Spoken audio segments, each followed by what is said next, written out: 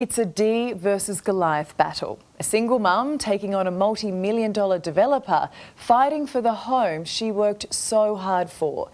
Dee put down the deposit and waited patiently, but 4 years on, she could lose the apartment and her life savings. It's completely unethical to be willing to put a mother and her children out of the home. There are people suffering here. There are people that purchased properties 4 years ago. If I can't get our home, we'll never be able to get into the market. All Dee Marshman ever wanted was to give her kids a better life.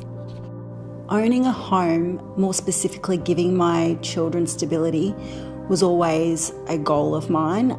A full-time teacher and sole parent, Dee worked herself to the bone to save a deposit. If I was living on vouchers, I was stretching every cent that I could. In 2021, Dee used $25,000 of her superannuation, accessed through the First Home Super Saver scheme, to put down a $68,000 deposit on a customised 3-bedroom unit in South Brisbane. Finding a home here, being able to organise the layout, felt like a dream come true, but also felt like something that I deserved. Her apartment was one of 184 in Tallis Property Group's 30-storey Akin development. We would walk past often, kids would sort of have a little discussion about who's getting which room. 9-year-old Stella shares a bunk bed with her big brother. And what were you most excited about in your new apartment? To have a cosy home and to have my own bedroom. Well, at first everything was going right. We would go get photos in front of the site so that we could track how it was going. But in 2023, legal woes with the builder brought construction to a standstill, and soon after, the project went into receivership. There was not a lot of information available to buyers about what was going to happen, but at the time, we were still reassured that there was every intention that the development would go ahead. By 2024, buyers were offered several chances to cancel their contracts, but for Dee, walking away wasn't an option. I didn't want to destabilise my children. I do note that property prices, I would say, could be fair to say, have almost doubled, and I thought I'll just hang on. Then came the final blow. In April this year, Dee received a letter notifying her the apartments wouldn't be built, the company claiming it couldn't meet its financial obligations or finish the build on time. It's devastating. A lot of these buyers who purchased property 4 years ago may have been in a financial position where that was their maximum that they could borrow, and now they're probably essentially priced out of the market.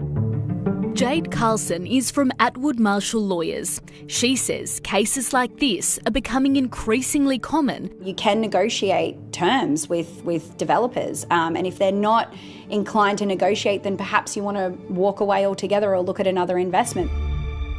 The former Akin site is now back on the market, renamed and rebranded, but with all the same development approvals. The move brings no relief for buyers like Dee, though, who could soon be forced to watch their building go ahead without them. So unfortunately, buyers in this circumstance are collateral damage. The new developer that comes on usually doesn't have the obligations to honour the contracts. I still can't wrap my head around the fact that I'm being told this is not my home when I can see the construction going up. Unwilling to back down, Dee took her fight all the way to the Supreme Court, representing herself against a top-tier law firm to challenge the termination of her contract. I feel like anybody who wants to own a home and they do the work to own that home and they sign a contract for that home should be able to have their home. The court dismissed Dee's case, and now she's being pushed to accept a refund and walk away. The reason I'm refusing my deposit is because there's very little that I can do with that. In the 4 years of waiting, Dee's rent has been rising too. It's really taken a toll, the financial strain. There have been days when my account's got $1.50 in it. Dee's running on empty, but her battle isn't over yet. You can't afford to give up, can you? I have done what I can to fight this, but I'm not a lawyer and I need help. I'm not too humble to say that I'm desperate for help to save our home. Go Dee. I mean, we hear it too often, don't we? The little guy getting screwed over. So we say, give him hell, Dee.